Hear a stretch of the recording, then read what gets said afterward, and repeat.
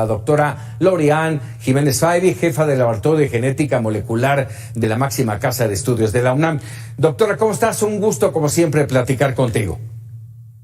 ¿Qué tal? Muy buenas noches. Gracias por la invitación. Gracias, como siempre. A ver, en un momento voy a entrar con el tema de los contagios, pero ya que estoy hablando de esta píldora, la píldora Merck, el tratamiento de molnupiravir, que es más fácil decir de la píldora Merck, ¿de qué se trata? ¿De qué sirve? ¿Será de uso público o podrá ser comprado por un particular? Bueno, pues aquí la verdad es que es tan lamentable. Parece que nuestro gobierno simple y sencillamente no da una, con nada que tenga que ver con la pandemia. No dan una. Nos han adquirido para nuestra población vacunas de baja calidad y ahora, por ejemplo, hay dos opciones. Ahorita salieron dos medicamentos, el molnupiravir, que es de la farmacéutica Merck, y salió otro medicamento que es el Paxlovid, que es de la farmacéutica Pfizer. En los estudios clínicos, el último resultado que tuvo el molnupiravir es que solamente tiene una eficacia del 30% para disminuir la hospitalización y la muerte por COVID-19. Es decir, es un medicamento que potencialmente puede tener efectos secundarios importantes por su mecanismo de acción, aunado a que ahora tiene una eficacia tan baja, es decir, es una eficacia del 30%. ¿Y por qué? Porque ahora en ninguna parte se va a aplicar molnupiravir. Es decir, se tenía una enorme y grandísima esperanza de que el molnupiravir en realidad sirviera muy bien para tratar como el primer, vamos a decir, antiviral contra COVID-19, pero los resultados de su fase 3 fueron tan decepcionantes, aunado a que hay esa posibilidad de reacciones adversas serias con el molnupiravir, que en ninguna parte del mundo, es decir, se desechó la posibilidad de que la gente, de que otros países, de que en los países europeos, en Estados Unidos, no en es Canadá, el caso de Pfizer. No es el caso de Pfizer. A ver, este medicamento de Merck es así. Es decir, teníamos esperanzas, no resultó lo que era, es una lástima, nadie lo va a usar y ahora resulta que México le dio prioridad a probar el medicamento, el que no sirve, ¿no? O sea, el medicamento menos indicado, porque el que debieron haber aprobado es el Paxlovid, que es un antiviral de Pfizer muy, muy efectivo. Es decir, es un antiviral que tiene una eficacia por arriba del 90% para disminuir la hospitalización y muerte por COVID-19 siempre y cuando se administre de forma muy temprana en el contagio. La gente en los primeros 3 a 5 días del inicio de síntomas o del diagnóstico necesita hacer el tratamiento y la eficacia es altísima para reducir la hospitalización y la muerte. Este ya fue aprobado desde luego por la FDA. Molnupiravir no ha sido aprobado precisamente por los malos resultados que tuvo de su fase 3. Entonces, ¿cómo sería el tratamiento, doctora? No es una sola píldora, vamos. No. El molnupiravir son 5 píldoras al día, ¿sí? Que se toman, son 6 píldoras al día que se hacen en 3 tomas, 2, 4, 6, cada 8 horas, durante 5 días de tratamiento. Son en total 30 y tantas pastillas que comprenden el tratamiento completo. Debe iniciarse de forma muy temprana, como dije, 3 a 5 días a partir del diagnóstico, para que tenga este efecto. Ahora, estos tratamientos, ahora, la farmacéutica, pues desde luego es que todo mundo quiere tener este Paxlovid. Y Estados Unidos, muchos países europeos, hicieron lo que debieron haber hecho todos los demás, que es anticipar el apartado de dosis de este medicamento para tener en su población. México, desde luego, pues no anticipó nada de esto, y entonces difícilmente vamos a llegar a tener Paxlovid aquí en México antes de finales de este año. Ayúdanos, porque la demanda es tan grande que difícilmente lo vamos a tener aquí. Ayúdanos a entender la diferencia entre las vacunas y este tratamiento. Sí, Las vacunas, es decir, este tratamiento es para la gente que ya se infectó, para los infectados. Entonces, una persona que ya tiene COVID, entonces se le da el tratamiento. Lo demás es una cuestión preventiva. Entonces, esto no es para prevenir COVID, no sirve como profiláctico, es decir, como para tomar antes de la infección, para evitar la infección. No, es decir, sirve una vez que la gente ya está infectada. Uh-huh. La enorme diferencia entre eso y las vacunas es que las vacunas pretenden disminuir la infección. Hoy por hoy, las vacunas contra COVID-19 no están teniendo este efecto como tal. Es decir, y no son las vacunas lo que ha fallado, hay que ser muy claros. Lo que fuimos nosotros quienes fallamos, no las vacunas. Uh-huh. No detuvimos la transmisión del virus y conforme dejamos transmitir el virus más y más entre seres humanos, el virus ha ido mutando. Entonces, las vacunas inicialmente sí tenían muy alta eficacia, tanto, claro, siempre han tenido alta para evitar la enfermedad grave y la hospitalización, pero inicialmente también tenían una eficacia bastante alta para detener la transmisión. Uh-huh. Esta ha ido disminuyendo conforme vino la variante alfa y luego la gamma y la delta y ahora Omicron, pues ahora en realidad ya sirven muy poco para detener la transmisión porque son estas nuevas variantes, aunque siguen siendo muy efectivas para disminuir la enfermedad grave y la muerte. Son dos conceptos diferentes. Sí. La vacunación es como parte de las estrategias preventivas, mientras que los antivirales son parte de las estrategias de tratamiento de la enfermedad. Regresando al tema de los tratamientos, doctora, ¿sirven, impactan, son viables tanto para, déjame mencionar dos de las variantes más importantes, ¿son igual para Delta que para Omicron? Paxlovid parece que sí lo es. Es decir, los resultados de su fase 3 y por eso fue tan rápidamente aprobado por la FDA. Uh-huh. Ahora la EMA en Europa parece que también ya lo tiene aprobado, está a punto de aprobar el Paxlovid también allá. Sí, parece que el efecto es igual para cualquiera de las variantes. ¿Indicados, y es un efecto indicados bueno para cualquier edad?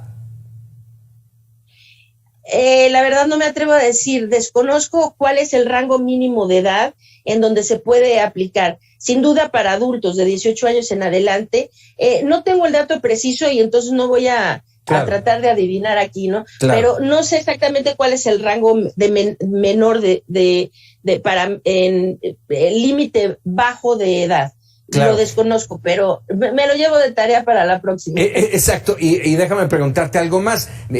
¿Se puede aplicar para alguien sin problemas de comorbilidades que alguien con problemas de comorbilidades? Sí, es correcto, sí. Tiene algunas interacciones medicamentosas el Paxlovid, algunas interacciones con medicamentos que son comunes para, por ejemplo, para controlar la presión sanguínea, gente que tiene hipertensión y algunos medicamentos de uso frecuente tiene algunas interacciones medicamentosas, por lo cual no es un medicamento que se pueda tomar.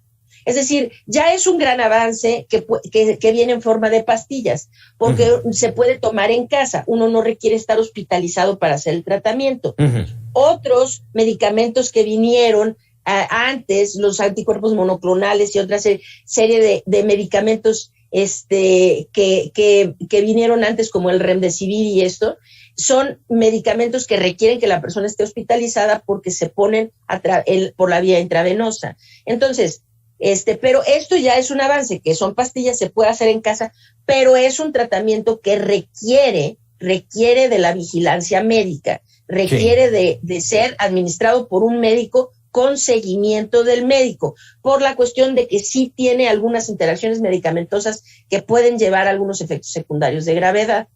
Ok, ahora que hablaste el tema de la gravedad, decía el presidente esta mañana, hablando de Omicron, afortunadamente no tiene el nivel de peligro, no hace tanto daño, hemos visto no tan altos las hospitalizaciones, ni la gravedad y tal vez ni los muertos como en otras variantes, pero lo que ha ocurrido en los últimos 3 días con esa curva ascendente acelerada de contagios llama la atención. Sí, a ver, el día de hoy las autoridades mexicanas se aventaron el golazo de 1, 2, 3, fueron los disparates que dijo el presidente de la República en la mañana, seguido por los siguientes disparates de la jefa de gobierno de la Ciudad de México, la doctora Sheinbaum, y después por la secretaria de Salud de la Ciudad de México, ¿no? Es decir, esto que dijo el presidente no tiene base en la ciencia.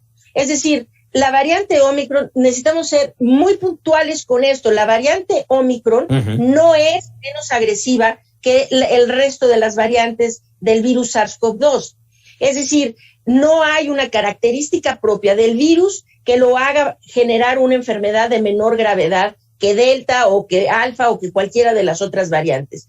Ahora, está hasta ahorita ocasionando menos defunciones en donde hay contagios importantes de México es a punto y aparte, y ahorita hago ese señalamiento, sí. Pero donde ya lleva un rato los contagios disparados, como en Europa, Canadá, Estados Unidos, Argentina, donde ya lleva un rato en la ola Omicron, las hospitalizaciones están disparadísimas. Es decir, la gente está acabando en el hospital y las defunciones todavía no, pero es que hay que recordar que esto empezó apenas hace unas semanas y siempre los casos se reportan, tal vez 2 o 3 semanas más tarde comienza a verse reflejado en las hospitalizaciones y otras 3 o 4 semanas después empiezan a reportarse las defunciones. Es demasiado pronto, cronológicamente no sabemos todavía cómo va a ser la magnitud de la pérdida de vidas, ¿sí? Lo que sí sabemos es, ahorita Estados Unidos el día de hoy reportó 125,000 hospitalizaciones, personas hospitalizadas. Esto lleva a Estados Unidos ya a su punto máximo de hospitalizaciones de toda la pandemia.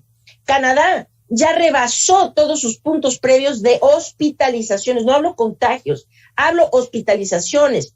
Y en la misma situación de repuntes así exponenciales de hospitalizaciones están Italia, Francia, España, el Reino Unido. Es decir, no hay una evidencia de que Omicron sea más leve. Y esta discursiva de que es más leve y no hay problema y mejor nos infectamos para inmunizarnos, es, además de irresponsable, es una discursiva absolutamente criminal, porque la gente se está confiando en que realmente no va a pasar nada. Hay que entender claramente, las defunciones puede que no vayan acelerándose en la misma proporción que los contagios.